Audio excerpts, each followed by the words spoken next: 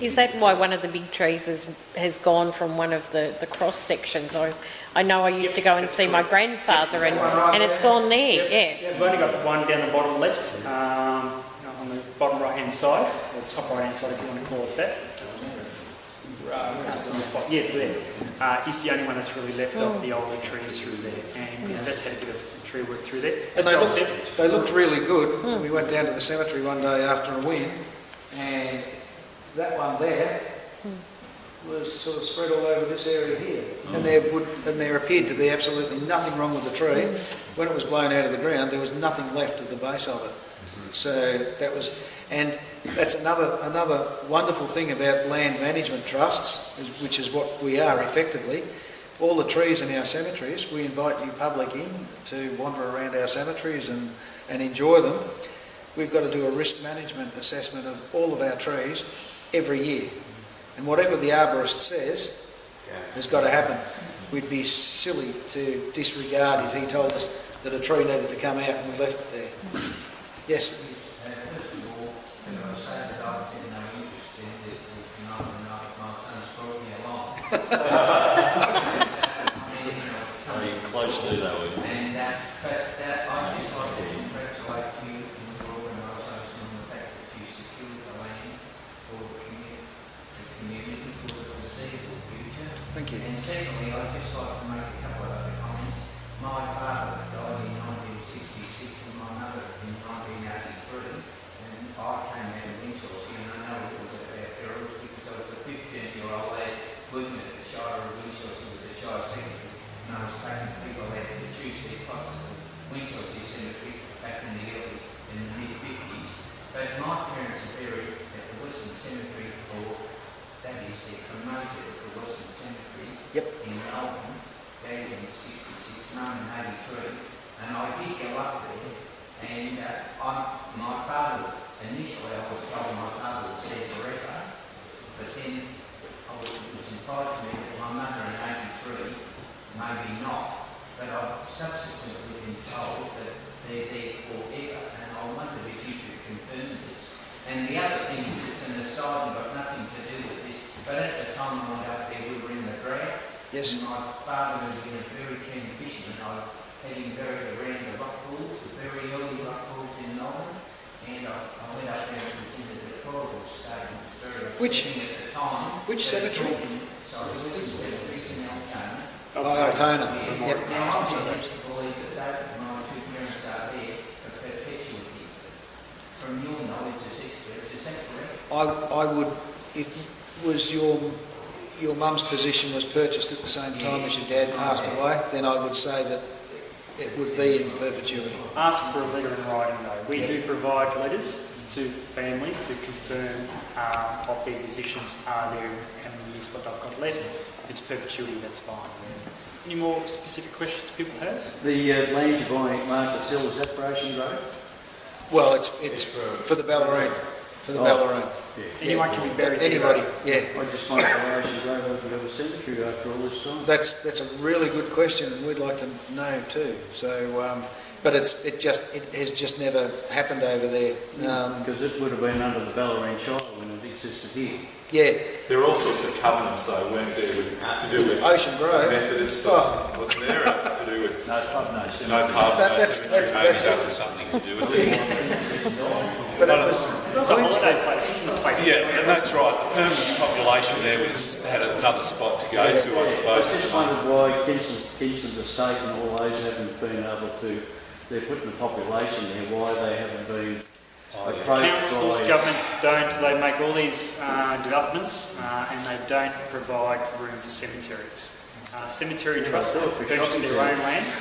They don't allocate the land. Darryl met with Golden Plains Shire 2 weeks ago, and that's a massive growth in Bannockburn area there. They've got room, 5 acres left, so every acre, about 1,000 people, so 5,000 people there. They're going to run out of land, so we've said, look for more land. Your council allocate it. You must have some land for surplus there.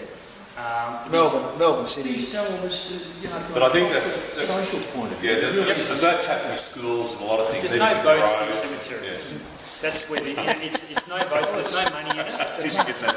Yep. But And it's- they just want to sell the land for development. The City of Greater Geelong, they've never put any land aside. We've always got to buy land. The government used to buy land for cemeteries, but it doesn't buy land for cemeteries anymore.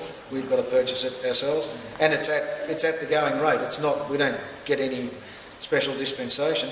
And the best part about it is now, not only do we pay for our own land, now we're an A-class cemetery trust. We are expected to assist all the smaller cemetery trusts, but we also get to pay the government 3% of our gross income per year.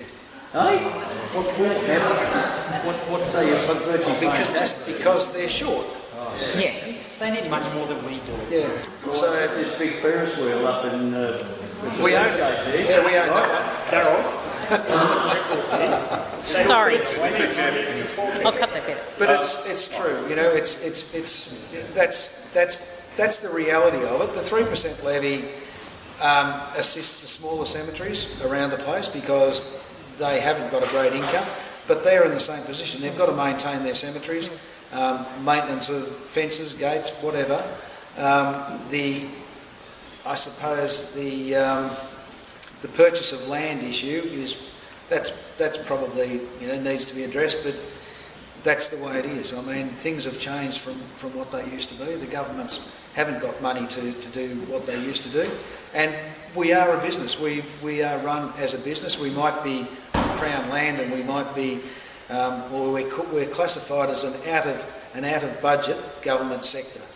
So, and that's what we are. We have regulation from government. We have the Cemeteries Act that we have to adhere to, but They won't give you any money. oh well, that's what it is. That's the way cemeteries are run in Victoria, but that's better than the privatised model that might be in other states as well. So that's at least it is. The thing is, we're responsible as a cemetery for all the government is. They'll keep appointing new trust members who keep appointing management and staff to maintain the cemeteries.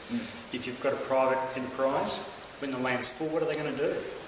Are they going to walk away? And it ends up being taxpayer. So this way, at least, it is. We have to put money aside for perpetuity.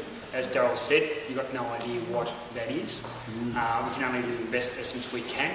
But even with cremation, if the Geelong Cemeteries Trust still retains our crematorium, we're always going to get income to maintain the small cemeteries that aren't generating income. Now, a good example, Drysdale Port Arlington, it costs us more to maintain the cemeteries than the income we actually get out of there. But we're not going to charge $10,000 Well, we're a not land. married to God help. That's right. But we still have to maintain the cemetery compared to Eastern Cemetery or Hiking Cemetery that has quite a few burials. That's generating the income. So, but you're not going to charge more for one because it's going to cost you more to maintain. You're actually subsidising from one to another too, so it's an even playing field across the board. All right, looks. Not as yet, no. And we have a new website. Pardon? Yep. Yep. Okay. Well, look, you can. Well, we have placed it in Independent, the Ballarat Times, in the news itself. With any major developments, if it's drainage, we'll have to put a permit through anyway to make sure it's engineered properly. Yep.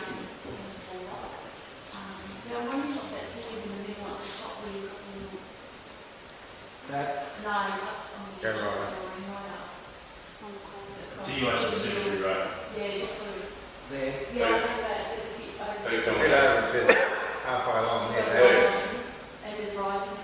Oh, well, that's just, it's a cut-off drain there, so that there will be a swale drain all the way down this border anyway, but it's really down in here as to, the council did put in drainage down there some time ago, but whether it's going to be good enough, as soon as you start putting roadways in and so forth, then that becomes a real issue. So that's just got to be engineered into our design.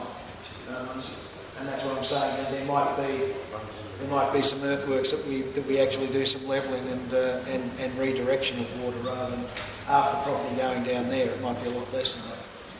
But rest assured, it's got to be engineered properly anyway. But if you have any issues, then please give us a phone call, and discuss it with us, or we'll come down and talk to you. Is it still an issue at the moment?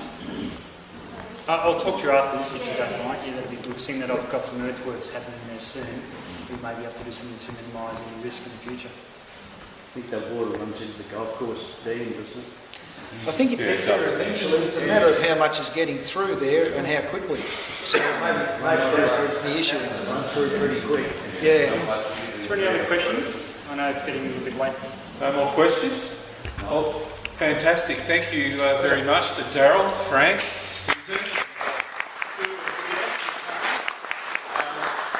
I know it's been my relationship with the Cemetery Trust sort of going back beyond that. I know Les Taylor, remember there was a fire brigade issued when the maintenance was undertaken by the fire brigade. They set fire to it one side and put it out when it got to the other end. And that's how it went. Did that once a year, the burn off and the clean up, and it's really transformed into that great site. And I've had one gentleman that was walking around there, and I've told this story before, but he's driving past on his way to Port Arlington, pulled in and said, "This is where I want to be buried." And I said, "What do you mean?" He said, "Oh, I'm from Melbourne, I've got 8 months to go." And he's buried up the top, and he's got, probably the best view across Victoria there is. So, yeah, but I've taken, I know Zach, we remember the excursion to Drysdale Cemetery back in grade 3. It's a really, back a few years. Yes, it is, but it's a great learning experience, and I know our relationship we have when we had Balaclava Day, for instance, when we did a dress-up, and then the reenactment and the celebration down there. The Cemetery Trust have been fantastic. The flagpole was down, they were there within minutes to put a new one, and so that could go ahead and be enjoyed by the community. So, Mr. Green's even taken both of my daughters through the drive. yeah, yes. But I always ring up first to make sure there's nothing else happening on the day. Well, we do have some brochures, so grab some brochures that will give you our costings also, and including some cremation memorial costs there, and some of the Drysdale Cemetery. So So thank you everyone for coming, and